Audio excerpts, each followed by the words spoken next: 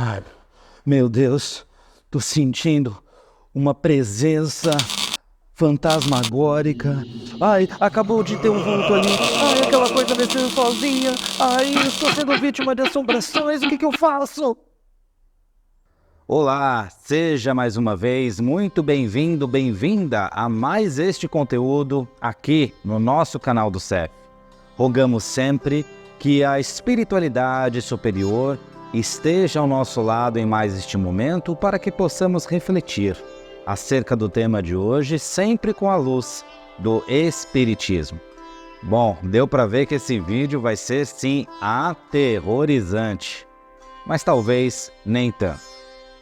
Nós sabemos que o Espiritismo tem como fundamento a vida após a morte, a vestimenta de vários corpos por meio da reencarnação, onde o nosso espírito é imortal. Talvez isso, de imediato, não faça lá muita diferença na nossa vida cotidiana, ao menos não a diferença que deveria fazer.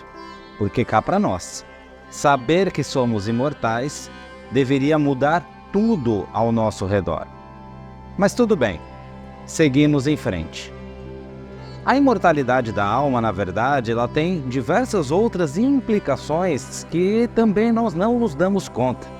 Quando nós falamos de reencarnação, de vida após a morte, nós costumamos aplicar essas leis, essas normas, apenas a nós. Costumamos imaginar nós no mundo espiritual, nós num outro corpo, nós renascendo para novas expiações, novas vidas e assim por diante. Assim como também nós nos imaginamos espíritos superiores, com asinhas de anjo e aí vai. Mas você já imaginou que a mesma lei divina de imortalidade e de reencarnação que se aplica a você, também se aplica àquele seu inimigo?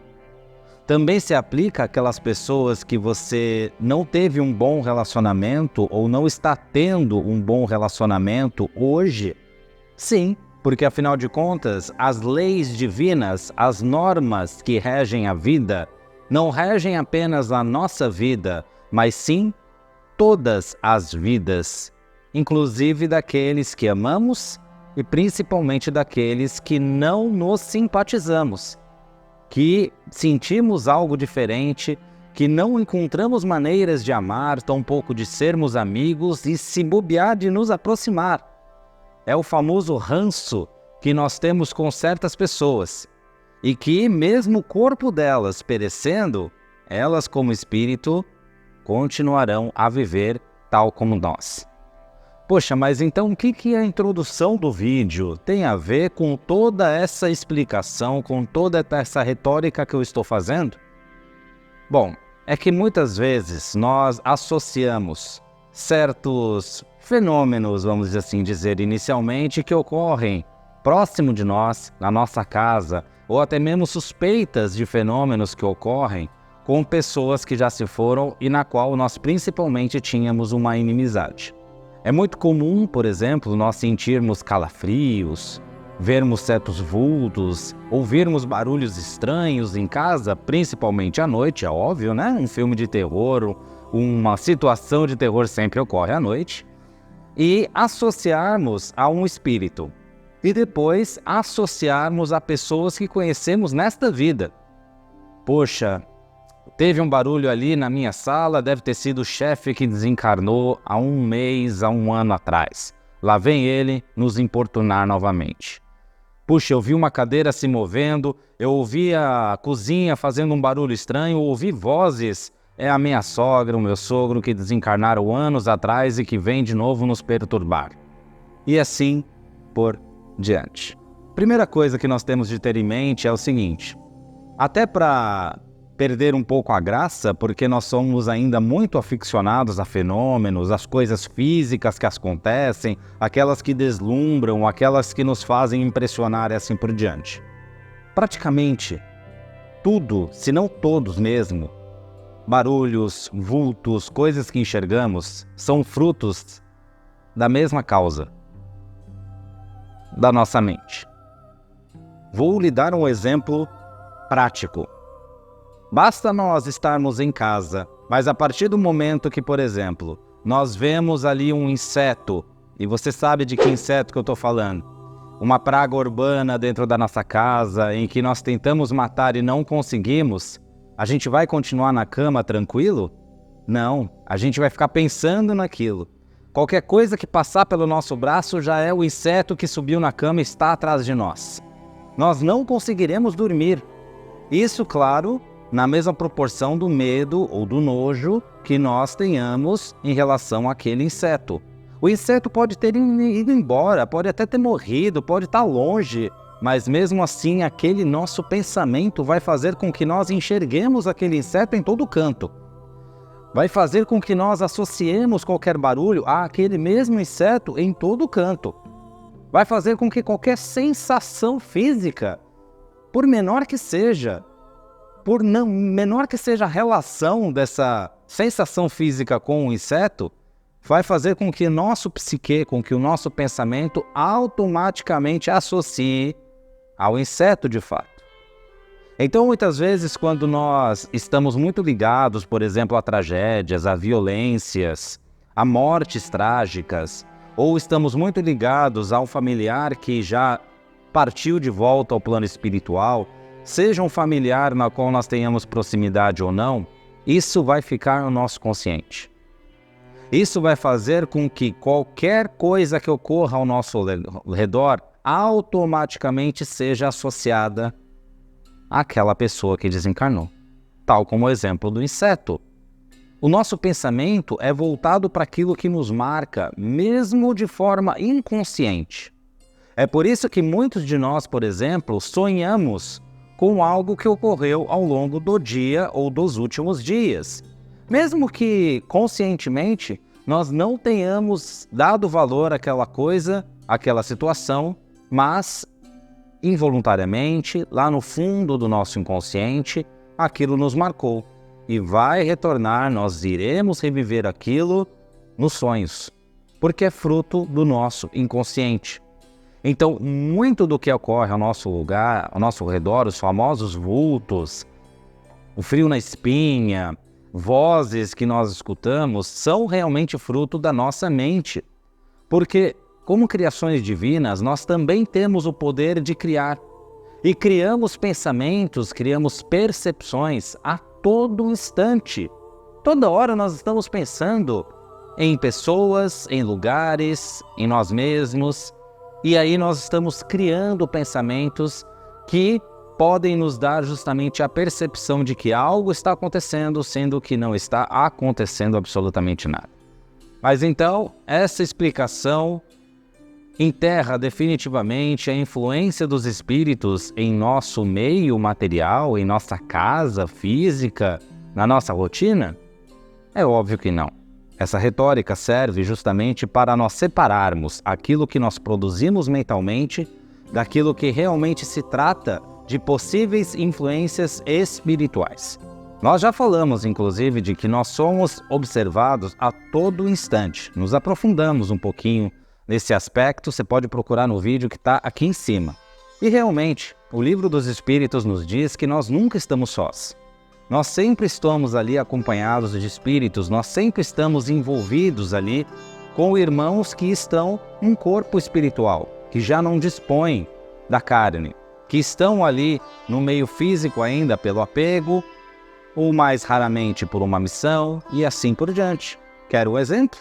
O nosso anjo de guarda, que já está um pouquinho mais amadurecido, mas que está conosco por uma missão de nos proteger. Assim como os benfeitores espirituais, que estão no meio da terra, no meio do físico, justamente para apoiar, para intuir, para auxiliar aqueles que tanto precisam. Mas o vídeo de hoje não é sobre eles. O vídeo de hoje é sobre os espíritos que realmente estão conosco por apego. Apego não só físico, mas também apego aos sentimentos. Ora, então o que determina que eles estejam conosco e não com outras pessoas? O que determina que eles podem produzir vultos ou não? Na minoria dos casos, na minoria das situações em que o nosso pensamento não produz as sensações que falamos há pouco, há sim ali um possível movimento de espíritos ao nosso redor. Há sim aqueles que podem produzir certos barulhos, nos provocar certas situações, sensações até então inexplicáveis. Isso é raro, mas pode ocorrer. Devemos sempre lembrar que essa iniciativa parte sempre do plano espiritual, e não porque nós estamos instigando ou assim por diante. Na semana passada, por exemplo, falamos sobre a brincadeira do copo, em que é uma brincadeira produzida pelos encarnados, ou seja, os encarnados estão estimulando uma comunicação. E como vemos, há sim também uma minoria de ocasiões em que o retorno, a resposta dos espíritos pode ocorrer. Mas isso só acontece dada a permissão dos espíritos mais elevados, dos espíritos que sabem que aquilo, num âmbito geral, vai auxiliar tanto os encarnados quanto os desencarnados. É por isso que, na maioria das vezes, em meio às brincadeiras, o retorno, a resposta dos espíritos não é genuína, não acontece de fato. Ao ocorrer um vulto, ao ocorrer um barulho, ao ocorrer uma situação desse tipo, é automaticamente um espírito que nós não nos damos bem naquela encarnação? Não necessariamente. Porque se nós somos hoje o resultado de várias vidas, quantos e quantos conflitos será que não angariamos ao longo dessas pré-existências? Quantas inimizades nós criamos? Quantos traumas nós causamos? E quantas situações traumáticas também foram causadas sob nós? Enfim, o nosso consciente hoje, a nossa moral, o nosso espírito, é uma teia de aranha imensa, infinita, de caminhos cruzados com outros espíritos, alguns em que simpatizamos e outros que nós não simpatizamos. O fato é que os espíritos desencarnados ao nosso redor são muito mais atraídos pelo nosso sentimento do que por qualquer ritual ou por qualquer outro motivo. Poxa, como assim sentimento? É simples. Se nós conservamos o nosso orgulho, principalmente acentuando esse orgulho, sempre que nos referimos a uma determinada pessoa, espíritos que também acentuam o seu orgulho, que também sentem o mesmo, serão atraídos à vossa companhia. Espíritos que sentem raiva serão atraídos pela nossa raiva. Espíritos que sentem estresse, que sentem nervosismo, ansiedade, depressão. Espíritos que ainda consomem dentro de si o vício tóxico por substâncias, pelo álcool, por exemplo, também serão atraídos à medida em que nós manifestamos tal vício. Veja, não se faz necessário eu consumir uma bebida alcoólica, por exemplo, para atrair um espírito que também deseja consumir. Basta eu ter dentro de mim esse apego, esse vício, essa falta de saciedade, essa busca por determinada substância para saciar o meu anseio, que os espíritos que partilham do mesmo sentimento vão nos acompanhar. Logo, se, novamente, nós nos ligamos a notícias trágicas, nos ligamos apenas à violência, nos ligamos apenas à parte amarga da nossa vida, do nosso dia a dia, da nossa rotina, qual é o tipo de companhia que nós estaremos preservando em nossos corações e principalmente ao nosso redor? Pessoas, espíritos desencarnados, atraídos pela violência, atraídos pelo estresse, atraídos pela tragédia, atraídos pelo negativismo e assim por diante. Assim como o oposto é verdadeiro. Se nós nos ligamos apenas a hábitos saudáveis, a notícias edificantes, a coisas que nos relaxam, que nos fazem bem, nós automaticamente criamos ao nosso redor, com o auxílio do nosso anjo de guarda, uma bolha, um isolamento para que estejamos menos suscetíveis à influência dos espíritos que queiram nos prejudicar, que queiram nos influenciar para o mal. É sempre uma escolha nossa. Ah, mas eu fui em tal reunião mediúnica e eu vi a manifestação, eu vi a aparência de uma determinada pessoa. Isso sempre deve ser levado com cuidado. Por quê? Porque nós sabemos que um dos fenômenos mediúnicos, inclusive praticados por Jesus em sua missão planetária, é a transfiguração. Um espírito recebendo ali a energia física pode muito bem se utilizar da transfiguração para se fazer parecer com alguém que nós conheçamos. Uma situação prática é quando nós perdemos alguém que amamos, um ente querido, e aí nós vamos numa determinada casa espírita que pratica esse tipo de reunião mediúnica e ali nós vemos exatamente aquela pessoa que desencarnou. Principalmente, nós podemos ver ela com um aspecto mais tóxico, um aspecto mais de recaída, um aspecto mais depressivo, em que vai suscitar em nós uma preocupação frenética de como aquela pessoa está, do que fazer para ajudar e assim por diante. Nós sempre devemos tratar isso com cuidado. E a recomendação máxima é que nós possamos saber que a vida continua muito mais no plano espiritual, obviamente, do que aqui no plano físico, e que quanto menos nós quisermos, nós desejarmos usufruir da nossa influência, buscar influenciar esses amigos, esses irmãos que já partiram, melhor para ambos os lados. É muito melhor deixar com que esses irmãos desencarnados sejam cuidados por aqueles que mais entendem do cuidado, do acolhimento, do que nós, como Jesus, por exemplo.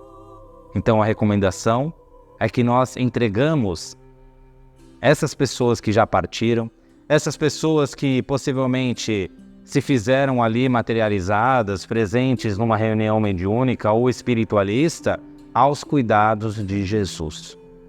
Estamos querendo dizer aqui em resumo, sermos aí apresentados a fenômenos como vultos, como barulhos, como vozes, como outras sensações físicas em nossa casa, em algum outro local de trabalho, a melhor saída é buscar conhecimento sobre o assunto. A melhor saída é a oração, é entregar para Jesus aquele que porventura venha no nosso pensamento como o autor daquelas sensações, como autor daquelas vozes, daqueles barulhos, e saber que Jesus é o melhor recurso, a melhor pessoa, a mais capacitada a realmente envolver em vibrações amorosas aquele irmão para levá-lo, se for o caso, ao local em que ele será melhor assistido. Se não tiver envolvimento de espírito algum, for fruto da nossa imaginação, a oração sempre será bem-vinda, porque nós estaremos acalmando o nosso pensamento, estaremos nos livrando daquilo que está em nosso inconsciente e que nos faz ter essas percepções, e estaremos mais calmos, tranquilos e conscientes. E aí, naturalmente, os barulhos vão embora, as sensações vão embora. Ah, mas se elas continuarem, poxa, aí pode ser um sinal louvável que ocorre também na minoria dos casos, em que nós temos uma tarefa, nós temos uma determinada missão, nós temos algo a aprender para trabalhar em prol dos espíritos que estão ali se aproximando de nós. Não é caso para desespero, tampouco para aflição, mas sim uma oportunidade de trabalho. E aí nos resta justamente buscar o conhecimento em uma casa espírita séria, que segue os ensinamentos deixados pelos espíritos a Kardec, para que possamos nos colocar em condições de trabalhar. Afinal, quanto mais capacitado o trabalhador, mais trabalhos complexos lhe serão oferecidos e mais ele conseguirá se desenvolver e ajudar casos complexos. Então, que nós busquemos sempre o conhecimento daquilo que está ocorrendo para conosco.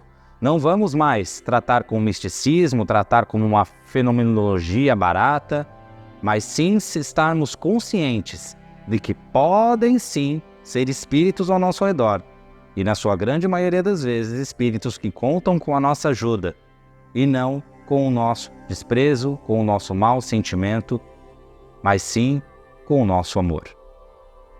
Passemos assim as vibrações de hoje, sempre mentalizando, fechando os olhos e imaginando-nos com Jesus ali presente, onde a sua luz vai nesse instante de encontro a nosso planeta Terra, a esse mundo tão carente de amor, de entendimento, de paz. Rogamos que a luz de Jesus esteja principalmente dentre os povos que hoje se afligem devido a tragédias, a guerras, a conflitos gerais. Rogamos que essa luz esteja junto do Brasil, em especial nas ruas, junto aos desabrigados, aos solitários, aos famintos. Rogamos que a luz de Jesus também ampare os doentes do corpo e da alma, esteja presente iluminando os hospitais, assim como os asilos, orfanatos e cadeias. Rogamos que Jesus esteja em nossa casa, assim como em todas as casas, em todos os lares, iluminando cada cantinho, cada cômodo, transformando o nosso ambiente em um local de harmonia e paz. Rogamos pelo CEF, por todas as casas espíritas e por todas as religiões, para que continuem acolhendo, continuem recebendo, continuem amando e provocando a religação sincera e honesta com o nosso Deus Criador. Vibramos em especial por aquela pessoa que nós sabemos mais carecer dessas energias e por nós mesmos, para que possamos conservar em nós sempre a nossa paz, a nossa racionalidade, a nossa serenidade. E nesse instante do passe, nós rogamos que Jesus possa impor sobre nós as suas mãos, derramando a sua melhor energia para o revigoramento do nosso corpo e consciência. Que assim possamos abrir no nosso coração para sentir cada vez mais Jesus tocando os nossos sentimentos. Rogamos também para que o nosso irmão maior, bem como os benfeitores, possam envolver esses recipientes com água, fluidificando este líquido, fortalecendo esta bebida, para que ao ingerir, possamos sentir o seu toque carinhoso, possamos sentir o seu amor, também renovando o interior do nosso corpo. E neste momento nós vamos elevando o nosso pensamento para agradecer a Jesus por mais esse passe à distância, por mais essa assistência, onde juntos rogamos graças a Deus. Mais uma vez, muito obrigado pela sua audiência e atenção. Não esqueça de dar aquele like, de dar essa curtida que fortalece tanto o nosso conteúdo nesta plataforma digital. Assim, me despeço mais uma vez rogando que Jesus nos ampare hoje e sempre. Um grande abraço.